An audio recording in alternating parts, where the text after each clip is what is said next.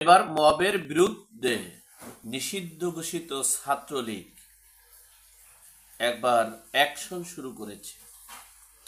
যারা মবের মাধ্যমে এই আওয়ামী লীগের দোসর বলে, ভারতের দালাল বলে, নিষিদ্ধ ছাত্রলীগের কর্মী বলে মব সৃষ্টি করে, মব জাস্টিস করে, পুলিশে সোপর্দ করে, তাদের বিরুদ্ধে সারা বাংলাদেশে অ্যাকশন শুরু হয়েছে।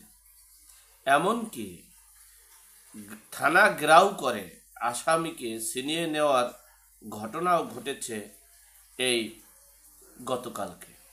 সে বিষয়ে সংক্ষেপে আপনাদের সাথে শেয়ার করছি। দেখেন, আপনারা মিডিয়ায় শুনতে পেরেছেন এই এনসিপি কিংস পার্টি, তাদের এক সিনিয়র নেতা, নীতি নির্ধারক, তিনি প্রকাশ্যে মিডিয়ায় বলেছেন, বাংলাদেশে সবচেয়ে বড় মাফিয়া আমরা। সেই মাফিয়ার ব্যাখ্যা দিতে গিয়ে বলেছেন যে বাংলাদেশের মাফিয়া সরকার আওয়ামী লীগ, সেই আওয়ামী লীগকে দেশ থেকে তাড়াইছি, দেশ থেকে তাদের নেতাকর্মীদেরকে তাড়াইছি, এমনকি তারা এই দেশে থাকতে পারছে না, তাদের দলকে নিষিদ্ধ করেছি।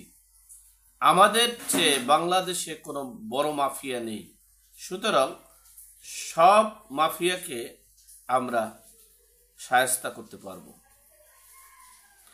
যাই হোক, এরপরে আমরা দেখেছি গতকালকে হাসনাত আব্দুল্লাহ সাহেব প্রকাশ্যে সাংবাদিকদের হুমকি দিয়েছেন। এমনকি তিনি বলেছেন মাফিয়া বসুন্ধরার বিরুদ্ধে নাকি বলেছেন, সাংবাদিকদেরকে বলেন নাই।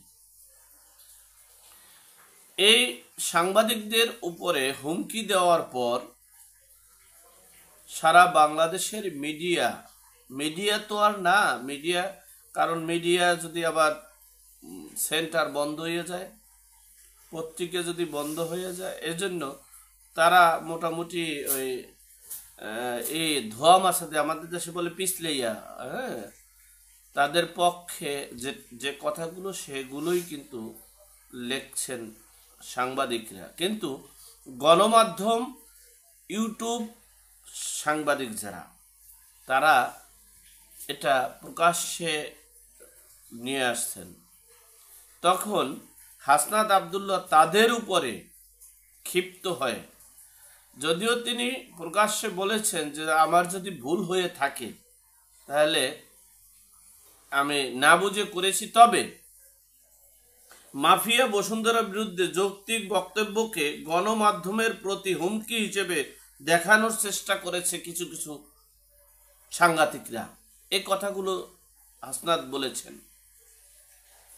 অর্থাৎ নতুন করে যেই সাংবাদিকরা তাদের পক্ষে কথা বলছেন এবং লিখছেন, আর যারা সাদাকে সাদা বলছেন, কালোকে কালো বলছেন, তাদেরকে হুমকি দিয়েছেন যথারীতি। যাই হোক, সেই হুমকি দেওয়া এবং এই সাংবাদিকদের প্রকাশ্যে হুমকি দেওয়ার পরিপ্রেক্ষিতে এমনকি এই কিংস পার্টি, জাতীয় নাগরিক উন্নয়ন পার্টি, এই পার্টিটা যখন তারা এই পথযাত্রা শুরু করলেন, সেখানে নাকি মানুষের ঢল, কোনো পত্রিকা আসলো না, পত্রিকাদেরকে হুমকি দেওয়া হলো। সেখানে একটা ছেলে মন্তব্য করার কারণে ওই ছেলেকে তাৎক্ষণিকভাবে পুলিশকে ফোর্স করে তাকে গ্রেপ্তার করা হয়েছে। এই যুবককে গ্রেপ্তার করেছেন যেই দেশে নাকি, এখানে আমাদের প্রেস সচিব বলেছেন যে বাংলাদেশে এখন যে গণমাধ্যম যে স্বাধীন আছেন, এটা বাংলাদেশ বিশ্বের কোন রাষ্ট্রে আছে কিনা সন্দেহ। ঠিকই বলেছেন, খালি মাত্র কেবল ফেসবুকে একটা কমেন্টস করে মন্তব্য করার কারণে তাকে গ্রেপ্তার করা হয়েছে। যাই হোক, মূল বিষয়টা হচ্ছে আওয়ামী লীগ কিভাবে যেন, ছাত্রলীগ কেমনে যেন সারা বাংলাদেশেই ফুসে উঠেছে এবং তারা মবের বিরুদ্ধে অ্যাকশন নেবে।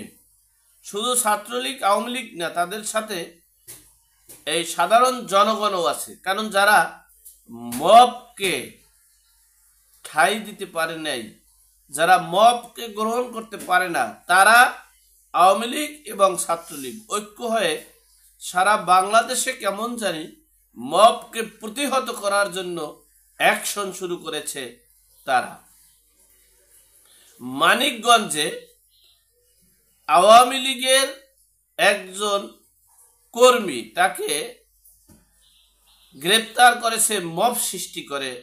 সেই গ্রেপ্তারকৃত আসামি মানিকগঞ্জের থানা গ্রাউ করে।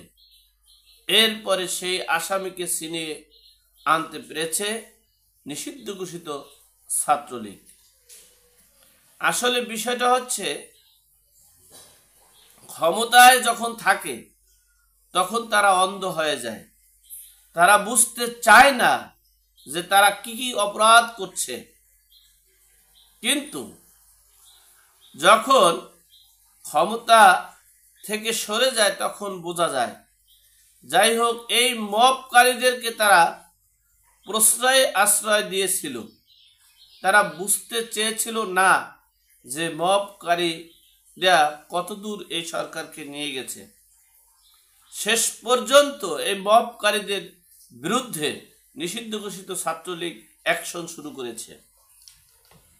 যাই হোক, সর্বোপরি কথা হচ্ছে, তৌহিদি মব জনতার মবকারীদের বিরুদ্ধে আমরা সকলে ঐক্যবদ্ধ হয়ে সমাজকে, দেশকে, গ্রামকে, মহল্লাকে রক্ষা করব। আজকের মতো এ পর্যন্তই। ভালো থাকবেন, সুস্থ থাকবেন। আল্লাহ হাফেজ।